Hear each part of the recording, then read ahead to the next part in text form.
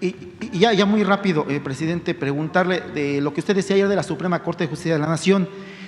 Hubo sesión el día de ayer, la ministra Norma Piña, no sé si Jesús o alguien de comunicación le pasó lo que dijo la ministra ayer, que justamente se adelantó usted en alguna medida al tema. Mencionaba de que ellos van a hacer uso, obviamente, de lo que está en la Constitución, si no mal recuerdo, el artículo 134, que obliga a que el Estado, al Poder Judicial, debe tener recursos suficientes, así decía, palabras más, palabras menos, la ministra ayer, para que se pueda efectuar correctamente sus labores. Usted hablaba, y le pido si me equivoco que me desmienta, de que incluso la Suprema Corte podría violar, o el Poder Judicial podría violar la Constitución para asegurarse un presupuesto. Ya en la tarde, Nacho Mier, el presidente Jucopo, los que van a en Cámara de Diputados, que van a hacerlo el tema del presupuesto, hablaba en el tema. Pero sí me gustaría su opinión al respecto de esta declaración que da, después de lo que usted dijo aquí en la matutina, la ministra Norma Piña. Muchas gracias. Bueno, es que ya es mucho el cinismo de los ministros de la Corte, no quiero generalizar, pero de la mayoría, y en este caso de la presidenta. Por eso son predecibles, aunque la Constitución establece de que ningún servidor público puede ganar más que el presidente, ellos ganan más que el presidente, violan la Constitución con argucias legaloides. Entonces, ayer que me preguntan sobre el presupuesto del Poder Judicial, yo explico que el Poder Ejecutivo que represento no puede hacer ninguna modificación porque se trata de otro poder, se trata del Poder Judicial, que es independiente, que es autónomo, que lo que se hace, también está establecido en la ley, es que el Poder Judicial envía su presupuesto a la Secretaría de Hacienda y la Secretaría de Hacienda envía el presupuesto completo, incluido el del Poder Judicial, sin ninguna modificación, porque no tiene facultad para eso. No es como el caso del presupuesto del Ejecutivo, donde sí la Secretaría de Hacienda puede hacer cambios a lo que solicita una secretaría. Le puede decir, estás pidiendo más o no te va a alcanzar para el proyecto, y se hacen ajustes. O la misma Secretaría de Hacienda, que tiene que ver también con los ingresos, le puede decir a una secretaría o a todo el gobierno que tiene que ver con el Ejecutivo de que el techo financiero, porque no se van a aumentar impuestos en términos reales, porque no va a aumentar el precio de las gasolinas, porque va a continuar la austeridad, es de tanto, se fija de acuerdo a lo que se estima va a crecer la economía, de acuerdo a lo que se estima se va a recaudar. Eso es lo que puede hacer el Ejecutivo y ya contempla, tiene un estimado de lo que puedan mandar los órganos autónomos. Entonces, el conjunto se envía a la Cámara de Diputados, se envían la ley de ingresos para que se tengan los recursos y se pueda financiar el presupuesto, y se envía también el presupuesto. anual. Se aprueba primero la ley de ingresos y luego se tiene que aprobar el presupuesto. En la ley de ingresos interviene, de acuerdo a la Constitución, el Senado y la Cámara de Diputados. En la aprobación del presupuesto es facultad exclusiva de la Cámara de Diputados. Entonces, la Cámara de Diputados puede, lo ha hecho,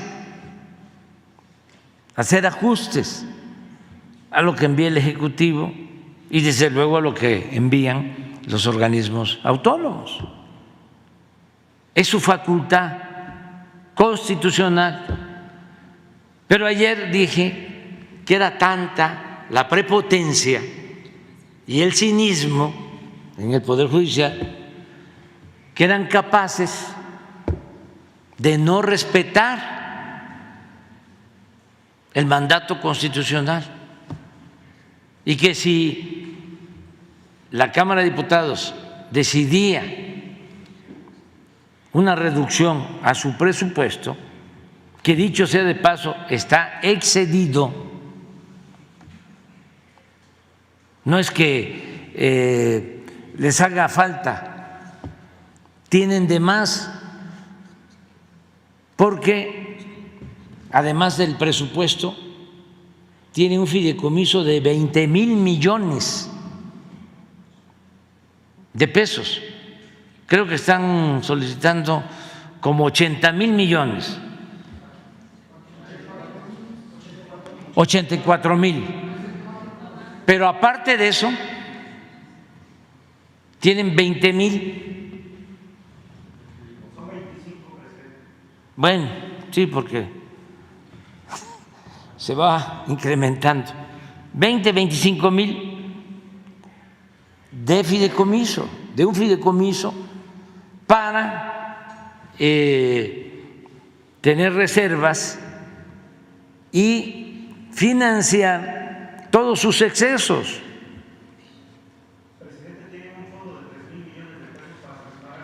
Sí, para todo eso. Entonces, yo dije ayer, no me va a extrañar que no respeten la Constitución, porque a ese extremo están llegando con el respaldo de los oligarcas y de los corruptos, porque ellos representan a una minoría rapaz, ellos no representan al pueblo. No hay nada que hagan a favor del pueblo, están ahí para defender los intereses de los grupos de poder económico. Para eso están, y es muy claro con esto que hicieron, que hizo un ministro con lo de los libros de texto, que por cierto, aprovecho para informar y agradecer a todas las autoridades, a maestros, a padres de familia, porque se entregaron los libros, o están en las escuelas ya distribuyéndose los libros en 30 estados, solo 2 no entregaron libros, 2 estados, Chihuahua y Coahuila, porque la gobernadora de Chihuahua y el gobernador de Coahuila presentaron controversias constitucionales y un ministro que está bien asociado con potentados, decidió resolver que no se distribuyeran los libros mediante un amparo, una suspensión. Este señor ministro Aguilar, sí, al mismo tiempo que este señor Aguilar, porque eso nos los informó el procurador fiscal, yo ni lo sabía, pero aquí se informó de que guardan en su escritorio un expediente en donde una empresa está en litigio porque no quieren pagar 25,000 millones de pesos de impuestos. Y este ministro, que tardó 3 días, así,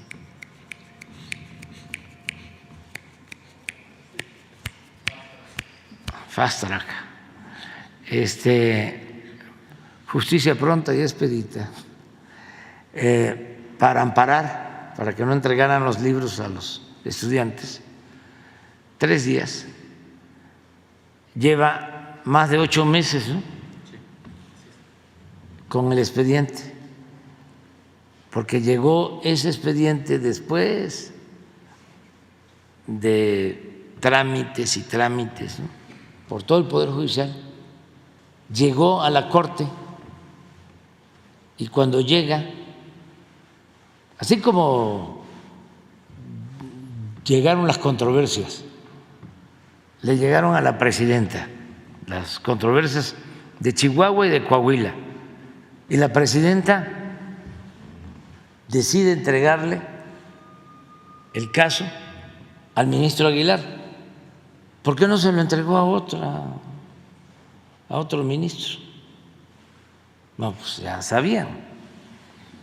Pero llega primero la de Chihuahua y le entregan el caso a este ministro. Llega la controversia de Coahuila y al mismo ministro. Son 11. ¿Por qué al mismo, no? Bueno, entonces, cuando llega el expediente de los impuestos,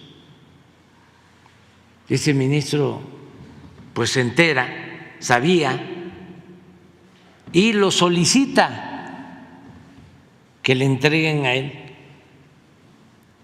el expediente. ¿Cuál es el procedimiento ahí, abogado? ¿Con la Corte? Sí, o sea, ¿por qué no lo explica un poco? Para ilustrarnos a todos, ¿no?, conocer más. O sea, el derecho, como la economía, como la política, no es asunto nada más de los abogados, ¿no?, o de los economistas o de los politólogos, es asunto de todos, ¿no? ¿No es así? Todos tenemos que tener más información. ¿Cómo es el procedimiento?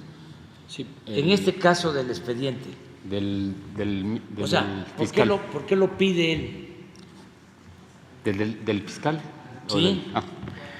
Ok, en el caso… Es el ministro. Sí, en la Suprema Corte de Justicia de la Nación llega este expediente, lo promueve la persona que está impugnando la resolución de la autoridad fiscal, llega a la Suprema Corte de Justicia de la Nación y ahí los ministros reciben este expediente y al recibirlo tienen que analizar cuál es la situación o cuál es la petición del promovente. La misma ley establece que tiene que ser un caso novedoso o relevante para que lo pueda conocer la Corte y entrar a su estudio, porque recordemos que hay miles, hay cientos de juzgados, cientos de jueces y magistrados, y la Corte no podría conocer de todos estos casos en última instancia. Entonces, la ley dice que tiene que ser selectiva, y este criterio selectivo no es al azar, no es si quieren o no, sino que tiene que tener elementos de que sea novedoso o que sea relevante para la impartición de justicia, como lo vemos aquí en este esquema. Una vez que la Corte lo recibe, se presenta ante los ministros, y si alguno desea conocer el asunto, puede solicitar que le sea turnado, pero podrían rechazar también conocer del asunto, por lo mismo, porque no es ni novedoso ni es relevante. Lo que consideramos nosotros debió ocurrir es que, al no ser novedoso ni relevante, tenía que haberse rechazado y regresar al tribunal colegiado para que éste emitiera la sentencia definitiva y se constituyera en una cosa juzgada. Y al ser cosa juzgada, ya tenía la autoridad la facultad de ejercer el cobro por los mecanismos que se consideran incluso coactivamente. Pero en este caso, señor presidente, compañeros, el ministro decide solicitar, se le turne este primer asunto para analizarlo y hacer un proyecto a sus pares. Recordemos que pudieron haberlo rechazado desde ese momento y regresar al colegiado, pero lo solicita y está obligado por ley en 15 días a presentar un proyecto. No lo hizo en los 15 días que marca la ley. Meses después presentó un proyecto mismo que retiró. Esto no se informó, señor presidente, en la mañanera pasada, pero presentó un proyecto, lo enlistó, en el que originalmente, si mal no recuerdo, rechazaba el recurso y lo regresaba al colegiado, pero lo bajó. Y después ingresaron 2 recursos más, tampoco se ahondó en ello en la mañanera pasada, y también solicitó el turno de estos 2. Suman 3 asuntos que están en la ponencia del ministro, pero el que originalmente motivó y el que tiene estos 8 meses desde que le fue asignado, pues es este que abordamos en la mañanera, señor presidente. Ya aprendimos, ¿va? Siempre se aprende, siempre. Entonces, ojalá y resuelva en un sentido o en otro, pero que no guarde ahí el expediente. No le estamos diciendo, porque también no se debe de malinterpretar, de que resuelva a favor, no, a favor de la hacienda pública, no, que resuelva de conformidad con la ley y con apego a la justicia. Eso es lo que le estamos pidiendo. Es llevar a la práctica lo que decían los buenos abogados de la época liberal. Al margen de la ley, nada. Por encima de la ley, nadie. Y esto aplica para todos. Por eso, si los vigilantes de que se cumpla la Constitución la violan, ¿qué está pasando? La Suprema Corte debe ser el faro de la ley. No pueden ellos estar dando malos ejemplos. No, además, sí, pero ya Fox lo intentó y con la complicidad precisamente de la Corte. Me desaforaron cuando no querían que yo apareciera en la boleta, y el pueblo, que es mucha pieza, me sacó adelante.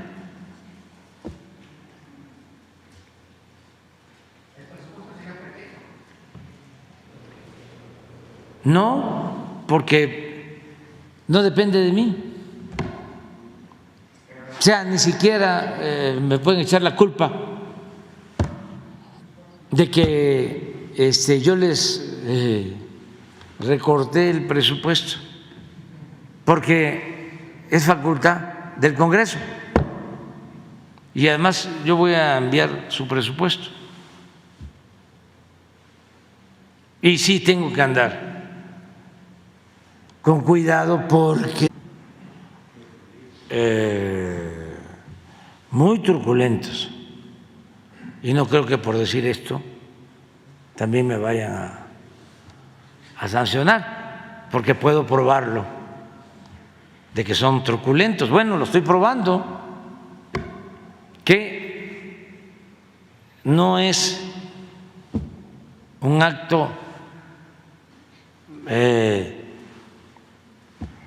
tramposo el mantener ahí un expediente.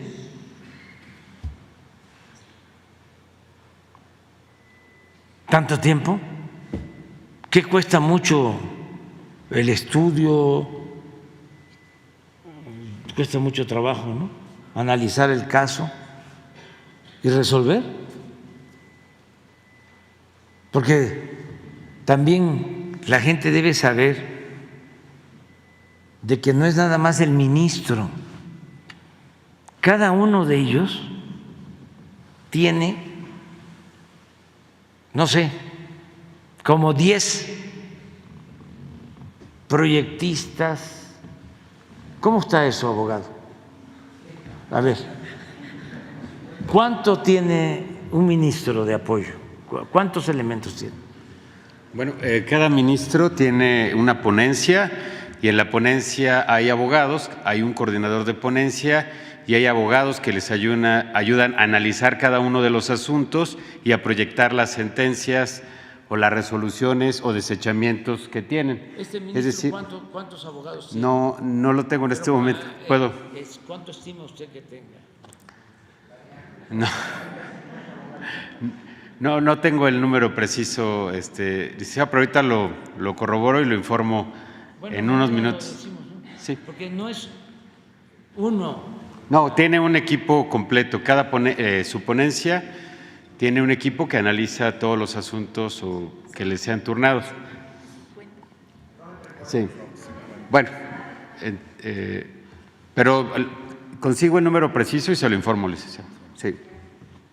A ver si le atinamos. Dicen que como 40. 50. ¿Cómo no van a poder resolver sobre un proyecto, ¿no? En 8 meses? Está raro, ¿verdad? Pero bueno.